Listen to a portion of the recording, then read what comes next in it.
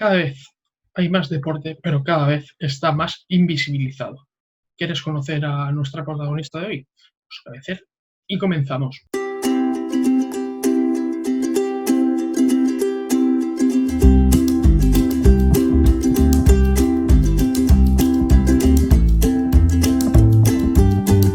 Pues en los diálogos de hoy nos acompaña una de esas deportistas que por desgracia no tienen tanta cabida en la televisión. Como siempre digo yo, importan más las cejas de Cristiano Ronaldo que los éxitos deportivos de nuestros deportistas, pero a pesar de ello, en un deporte que nos ha dado mundiales y medallas olímpicas. Bienvenida Valentina Matos, campeona de España de patinaje sobre hielo. Hola, muchas gracias. En primer lugar, yo te conocí a través de una buena amiga como es Miriam Morey, vi la entrevista que hicisteis para Madrid con el deporte. ¿Ya has podido volver a la normalidad? ¿Ya has podido volver a entrenar? Pues lo que es en una pista de hielo todavía no. En España por lo menos. Sí que es verdad que tengo algunos amigos en Italia, Canadá y Estados Unidos que ahí, por suerte, ya han abierto las pistas y ya han podido tocar hielo, pero aquí en España hasta agosto todavía nada. Sí que es verdad que me mantengo lo que es en forma y entrenando dentro de lo que cabe con los entrenamientos que me mandan mis entrenadores, que pues tocamos como todos los palos, por decirlo de alguna manera, potencia aeróbica, flexibilidad, etcétera, y con eso tratamos de que cuando llegue agosto, pues se pueda volver a la normalidad deportiva nuestra, dentro de lo que cabe, lo más rápido posible. Pero no, todavía en España nos queda un poquito para empezar a entrenar en hielo otra vez. Sí, porque en España ya sabemos que hay pocas pistas de hielo y además, por desgracia, tuvo otro uso durante esta crisis del COVID y esperemos que esa nueva normalidad también se transforme en que podáis entrenar. Sí, sí, sí, la verdad es que sí. Yo la verdad es que me quedé un poco tocada ya cuando me enteré de la noticia y demás, que bueno, al fin y al cabo eh, es así como un sentimiento doble porque te das cuenta de que un sitio que para ti ha sido tu casa se ha convertido en una morgue, porque al fin y al cabo es lo que fue, pero por otra parte, por lo menos sientes que algo con lo que tú estás tan identificado de alguna forma ha servido para ayudar durante toda esta crisis y bueno, más o menos eso te compensa un poco. Hablaba en la presentación de la invisibilidad del deporte como es el tuyo, que es el patinaje sobre hielo. ¿Qué podemos hacer? ¿Qué podemos hacer los españoles para darnos cuenta que estáis ahí? Porque al final vemos Javier Fernández, medalla olímpica, muchas veces campeón del mundo, pero sin embargo no se le da esa importancia porque vosotros sois igualmente profesionales, entráis vuestras casi 8 horas al día, os machacáis Sí. también para no tener ese reconocimiento. ¿Qué podemos hacer? Claro, a ver, yo creo que esto es desde mi punto de vista, al fin y al cabo cada persona lo pensará de otra forma, pero a mí me parece que en lo que es en términos deportivos, de lo que se considera un deporte nacional, entra mucho en juego la cultura del país y lo que nos han inculcado desde pequeños, porque yo desde que era pequeña he nacido pues viendo el fútbol y por alguna razón yo era fan de Guti en su tiempo, pero sin saber por qué, y siempre lo he tenido como parte de mi educación, o sea, muy presente este deporte. Entonces, por ejemplo, en Japón, que tuve la oportunidad de ir el año pasado por el Mundial de Patinaje Senior a competir, allí el patinaje es un deporte nacional y entonces, y bueno, en Taipei también, y cuando fuimos ahí nos chocó a todos muchísimo porque éramos como estrellas de cine casi. Cuando salíamos de los autobuses para ir al hotel teníamos guardias de seguridad porque la gente se acercaba a pedirnos autógrafos. Incluso a mí lo que me sorprendió mogollón fue que dentro del hotel la gente, bueno, gente fans que se metían, llevaban impresas mis fotos de Instagram para que se las firmase. Y pues claro, te das cuenta de que depende del país en el que estés, cambia mucho la visibilidad de un deporte. Entonces yo creo que en España sí que a lo mejor de alguna forma, no sé si es a través de medios o de publicidad, debería un poco globalizarse lo que es el mundo del deporte en vez de centrarse únicamente en nuestro caso, pues, en el fútbol. Porque al fin y al cabo es eso, una persona que no está relacionada con el patinaje no va a llegar un día y se va a poner a buscar toda la información sobre este deporte, sino va a encender la tele y el deporte que será, pues será de donde le venga la información de lo que está viendo. Entonces yo creo que hay un papel muy importante en los medios de comunicación para poder hacer visible no solo mi deporte, sino todos los deportes minoritarios o de poca visibilidad, por decirlo de alguna forma, que hay ahora en España. Y también, sobre todo, sacrificios, porque hablabas tú de no tener esa visibilidad en España y, de hecho, tú, uno de los sacrificios que has tenido que hacer es, con 18 años, tenerte que ir a Italia para poder entrenar y poder dedicarte profesionalmente de tu deporte. Sí, sí, sí. A ver, al fin y al cabo también eso entró un poco al juego el hecho de que al no ser un deporte tan apoyado en España, no hay centros de entrenamiento específicos para mi deporte. Y ya de por sí, bueno, en el mundo ahora ya se está empezando a implementar un poco más lo que es centros de alto rendimiento para deportes de hielo. Pero, pero cuando tenía, bueno, 17 años, que ya estaba pensando en irme fuera, barajamos las distintas posibilidades que había y los centros principales estaban en Canadá, Estados Unidos, Rusia o Italia. Y claro, lo que a mí me pillaba más cerca, de alguna forma, y no nos daba tanto miedo porque tuve la suerte de que allí ya había algún amigo mío que más o menos me allanó el camino, me dijo cómo funcionaba todo, etcétera, y gracias a ello pues pude irme mucho más cómodamente de lo que lo hubiera tenido que hacer si no hubiera conocido a nadie. Y pues eso, para poder entrenar a un nivel de élite, de entrar a las 9 de la mañana y salir a las 4 o 5 de la tarde, la única forma de hacer eso era irme fuera de España y, y el sitio más cercano fue Bérgamo, en Milán. Sí, de hecho, a mí una de las cosas que me sorprendió de tu entrevista con Miriam, como decía, es que aquí en España para poder entrenar tenías que esperarte a que la gente que usaba las pistas de hielo como ocio acabara para poder tú entrenar.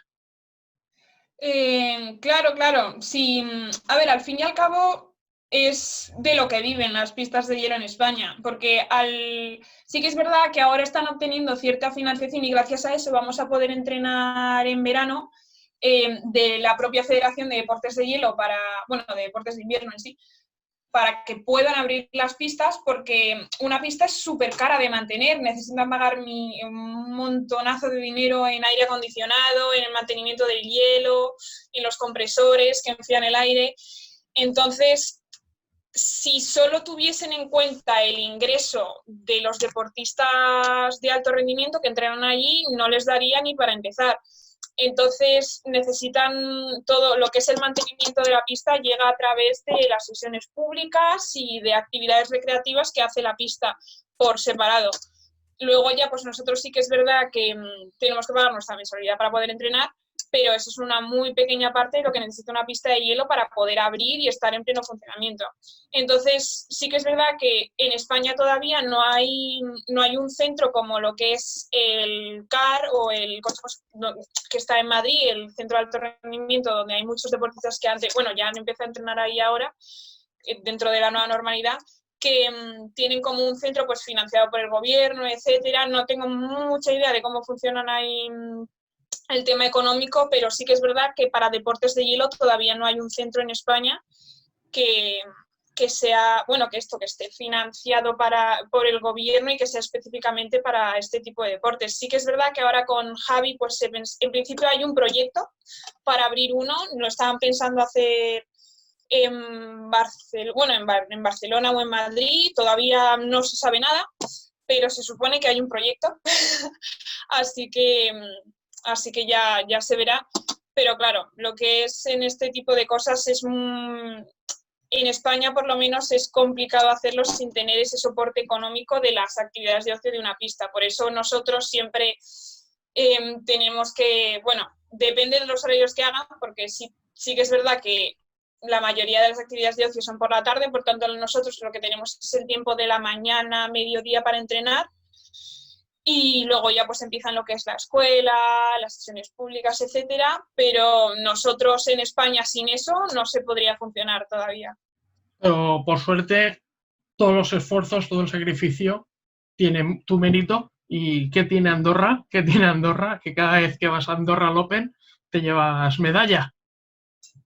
Pues, a ver, hay un poco de todo. Sí que es verdad que dentro de lo que cabe es como jugar en casa, por decirlo de alguna forma, porque bueno, aunque no estemos en España, la pista de Andorra siempre para nosotros es como una segunda casa, al fin y al cabo, en el sentido de que yo desde que era pequeña he ido yendo ahí, tanto a hacer cursos de verano como a hacer campeonatos, y entonces cada vez que he tenido la oportunidad de ir me he encontrado muy bien, he competido muy bien. Y justo, sí que es verdad que también depende del nivel de las patinadoras que vayan, porque donde haya una rusa, pues nunca vas a poder quedar ni primero, ni segundo, ni tercero. Pero claro, al fin y al cabo es una competición que para nosotros es muy cercana, y yo creo que eso siempre tiene como un factor positivo en los patinadores españoles que competimos ahí. Gracias a eso, pues no solo yo, sino la mayoría, al ser un internacional, pues te encuentras gente de otros países, pero sí que es verdad que el hecho de ese factor pues nos favorece muchísimo, y yo creo que por eso pues tenemos muy buenos resultados siempre que vamos ahí. Valentina, campeona de España en el último mundial en el top 40. Próximo objetivo 2022, Juegos Olímpicos.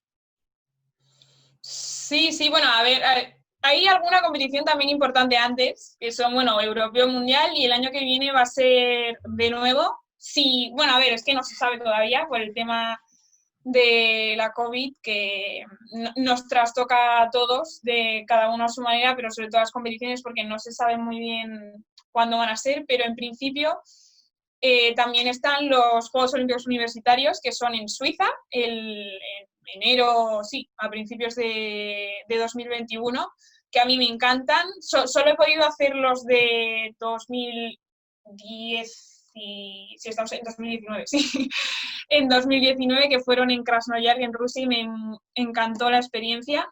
Entonces, para mí eso también es una competición muy importante, que será en enero, y luego ya sería Europeo y Mundial, que eso es, hay que clasificarse para ir, y luego sería la clasificación para los Juegos, que en mi caso muy seguramente sea en septiembre de 2021, si la ISU, la International Skating Union, que es la que organiza todo, no cambia el criterio de clasificación. ¿Y cómo es? ¿Cómo es ese criterio de clasificación? Porque yo a veces cuando intento veros en teledeporte, que sí que hacen alguna vez competiciones de patinaje sobre hielo, yo tanto en la puntuación me pierdo mucho, lo reconozco, me parece un deporte bellísimo, Bueno, tú y los propios patinadores también, no te pero, yo, preocupes. pero yo me pierdo mucho, y sobre todo también cómo es ese ranking para poder acceder a los Juegos Olímpicos. Pues es bastante complicado. No, o sea, tanto acceder como entenderlo, porque generalmente la mayoría de las plazas se reparten en el mundial del año anterior, es decir, para 2022, que son los Juegos, las plazas se reparten en el mundial de 2021. Y allí generalmente no obtiene la plaza la persona que va, sino el país. Es decir, si va una francesa, digamos, queda en el top 10, consigue 2 plazas para Francia, pero eso no le garantiza a la francesa que ha conseguido la plaza el hecho de ir a los Juegos. Eso, por ejemplo, se vio en la pareja de danza española, Sara Hurtado y Kirill Kayavid, que fueron en 2018 a los Juegos de Pyongyang. Ellos, sin embargo, no fueron al Mundial, fueron Olivia Smart y Aya Díaz, que fueron los que consiguieron la plaza para España, pero luego por distintos criterios de clasificación y de puntuación internos de España, decidieron que los que iban a ir a los Juegos eran la otra pareja, Sara y Kirill. Entonces, hay que conseguir primero plaza para el país y luego el propio país decide quiénes de sus patinadores son los que van a representar al país en los Juegos. Entonces, en el Mundial se reparten, no estoy segura de cuántas plazas, suelen ser alrededor de 24, más o menos, porque ahí entra en el hecho de que si quedas entre los 10 primeros tienes 2 plazas para el país. Si quedas en el primer clasificado, o sea, campeón del mundo, tienes 3 plazas. Y luego, si 2 del propio país quedan, suma entre sus posiciones, suma menos de 13, me parece, o sea, si uno queda sexto y el otro queda quinto, pues tendrían 3 plazas para el país en los Juegos. Y luego, de todas esas plazas que se han repartido, siempre hay algunas que no se llenan porque hay gente que no tiene, hay países que no tienen suficientes patinadores para cubrir las plazas. Se reparten en un campeonato en septiembre, que es lo que se llama la repesca, que hay pues, patinadores de otros países que no han tenido la opción de conseguir plaza para los Juegos en el Mundial, consiguen como en una segunda oportunidad, por Sí, como un preolímpico, prácticamente. Claro, sí, la plaza en septiembre de 2021. Que en mi caso ahora mismo, en las situaciones actuales, es más o menos a lo que soy, sí que es verdad que intentaré clasificarme para el Mundial de 2021, que será en Estocolmo, y luego allí, pues, obviamente se luchará por conseguir plaza y por quedar en la mejor posición posible, pero si no, sí que es verdad que mi tiro final, por decirlo, mi última carta, es septiembre de 2021. Valentina, sabes que es un placer tenerte porque, vamos, yo o sea, me gusta conocer más deportes porque al final todo lo que es cultura deportiva nos enriquece y los valores del deporte están tanto en patinaje sobre hielo como pueda ser en bádminton como en otros deportes porque al final tienen componentes de esfuerzo, de trabajo, de sacrificio, pero todo lo bueno se acaba y ya sabes que acabamos con la frase mítica y nos gustaría que la completaras también y es que la vida me enseñó a... A mí la vida me enseñó a apreciar lo que tengo. Pues con eso nos quedamos y es muy importante sobre todo apreciar lo que tenemos y saber dónde estamos para sobre todo seguir mejorando. Muchas gracias Valentina por tu tiempo y ha sido un placer. A ti, muchísimas gracias.